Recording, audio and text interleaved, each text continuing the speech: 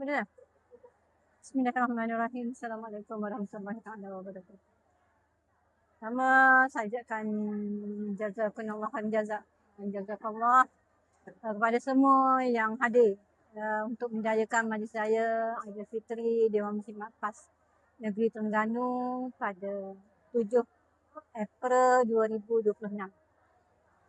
Dan semoga himpunan kita hari ini, majlis saya hari ini dapat memperkukuhkan ukhuwah di antara kita sesama kita dan dapat membangkitkan lagi semangat juang untuk kita terus memperteguhkan kesatuan, penyatuan umat di seluruh dunia atau di alam Nusantara. Dan alhamdulillah kita baru saja beristimak antara bangsa perpaduan umat dan himpunan alam Melayu yang telah berlangsung di Stadium Negeri, Perkarangan Stadium Negeri pada 2 hingga 4 April baru-baru ini.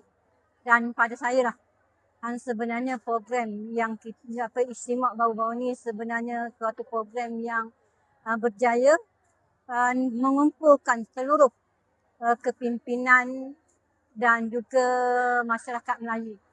Tak kira lah di Sri Lanka, di Thailand, itu juga di Indonesia, Brunei, hatta Malaysia dan semua negeri-negeri. Dan kita daripada sejarah yang telah pun disebutkan tadi dalam istimak baru-baru ni, kita rasa bangga sangat bahawa umat Melayu kita sebenarnya bertebaran di seluruh dunia. Hatta saya mendengar di Afrika Selatan pun ada bangsa Melayu di situ.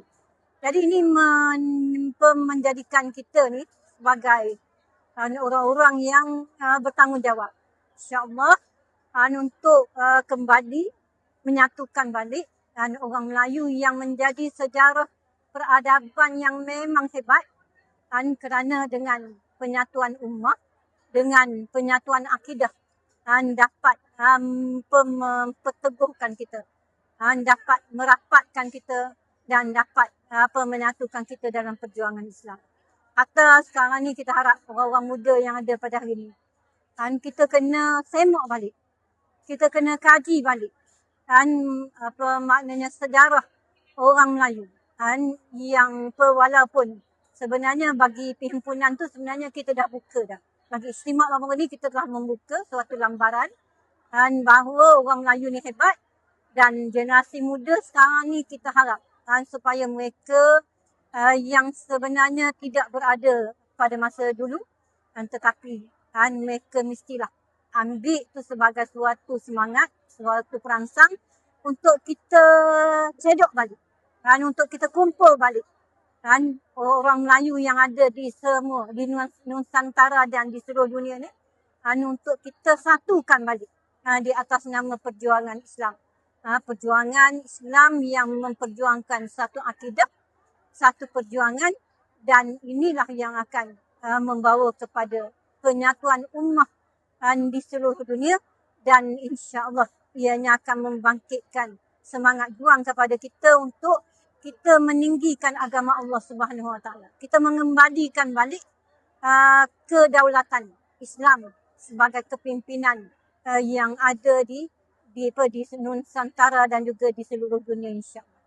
Hasrat saya semoga istimak baru-baru ni bukan semata-mata tinggal istimak, tapi jadikanlah istimak yang antara bangsa baru-baru ni sebagai pencetus untuk kita makin lagi berkobar dalam kita memperjuangkan Islam, dalam mempertinggikan, dalam meninggikan agama Allah.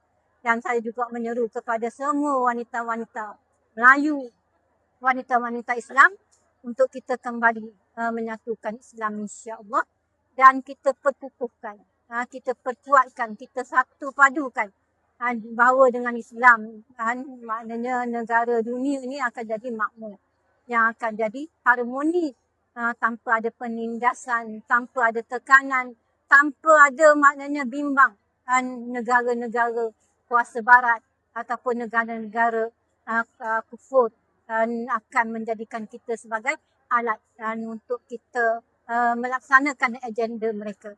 Jadi itulah saja yang saya harapkan, insyaAllah. Semoga dengan raya hari ini, dengan puasa yang kita buat sebulan baru-baru ni, akan menjadikan kita orang yang bertakwa kepada Allah Subhanahu Wa Taala, la'allakum tattaqun. Sekian, wabillahi taufiq. Assalamualaikum warahmatullahi taala wabarakatuh.